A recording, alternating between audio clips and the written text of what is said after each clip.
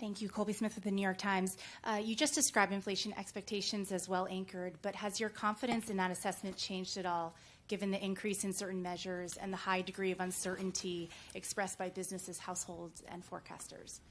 So on inflation expectations, of course, we do monitor inflation expectations very, very carefully, basically every source we can find, and short-term, long-term, households, businesses, forecasters, market-based. And I think the picture broadly is this. You do see increases widely in short-term inflation expectations, and people who fill out surveys and answer questionnaires are pointing to tariffs about that. If you look in the survey world, if you look a little further out, you really don't see much in the way of an increase. Longer-term inflation expectations are mostly well anchored. If you look at the New York, for example. Then you have market-based, and it's the same pattern. People in markets are pricing in break-evens. Some higher inflation over the next year must be related to tariffs. We know from the surveys. But if you look out 5 years or the 5-year forward, you'll see that break-evens are either flat or actually slightly down in the case of the longer-term one. So we look at that, and we will be watching all of it very, very carefully. We do not take anything for granted. It's at the very heart of our framework, anchored inflation expectations, but that's what you see right now. And how much weight do you put on the deterioration in consumer confidence surveys? You said recently that this is perhaps not the best indication of future spending, but I'm curious, what you think is behind this deterioration and to what extent it could be a leading indicator for hard data. So let's start with the hard data. We do see pretty solid hard data still. So growth looks like it's maybe moderating a bit, consumer spending moderating a bit, but still at a solid pace. Unemployment's 4.1%. Job creation most recently has been at a healthy level. Inflation has started to move up now, we think partly in response to tariffs, and there may be a delay in further progress over the course of this year. So that's the hard data. Overall, it's a solid picture.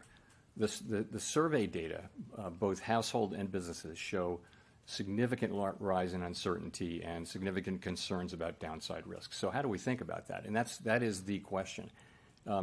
As I mentioned the other day, as you pointed out, the relationship between survey data and actual economic activity hasn't been very tight. There have been plenty of times where people are saying very downbeat things about the economy and then going out and buying a new car.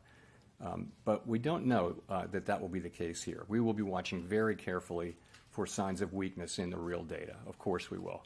But, given where we are, we think our policy's in a good place to react to what comes, and we think that the right thing to do is to wait here for greater clarity about what the economy's doing.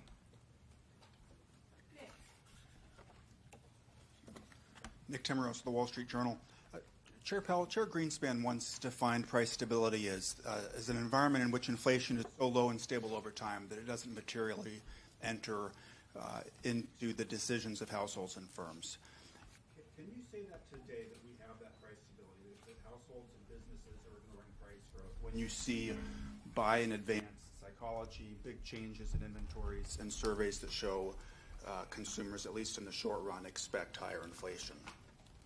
So I do like that definition a lot. In fact, I used it at the recent conference where I spoke. So I think a world where people can make their daily economic decisions in businesses and they're not having to think about the possibility of significantly high inflation. We know inflation will bounce around. That is price stability. I think we were getting closer and closer to that. I wouldn't say we were at that. Inflation was running around 2.5% for some time.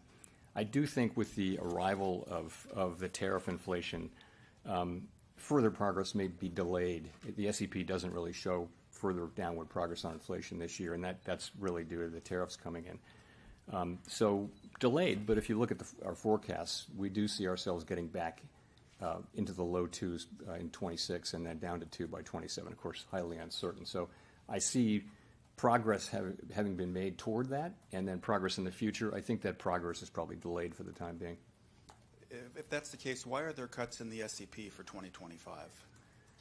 So again, people wrote down 2 cuts the last time, and they look at the They wrote down, meaningful decline in growth from 2.1 to 1.7 in 2025, a tick up in the unemployment rate, so not much there, but core inflation up by 0.3. And so those kind of balance each other out. So people, not everybody, but on balance, people wrote down similar numbers. The changes aren't that big. The other factor, though, as I mentioned, is just really high uncertainty.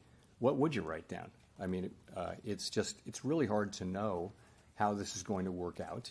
And again, we think our policy is in a good place. We think it's a good place where we can move in the direction where we need to. But in the meantime, it's really appropriate to wait for further clarity. And of course, the costs of doing that, given that the economy is still solid, are very low.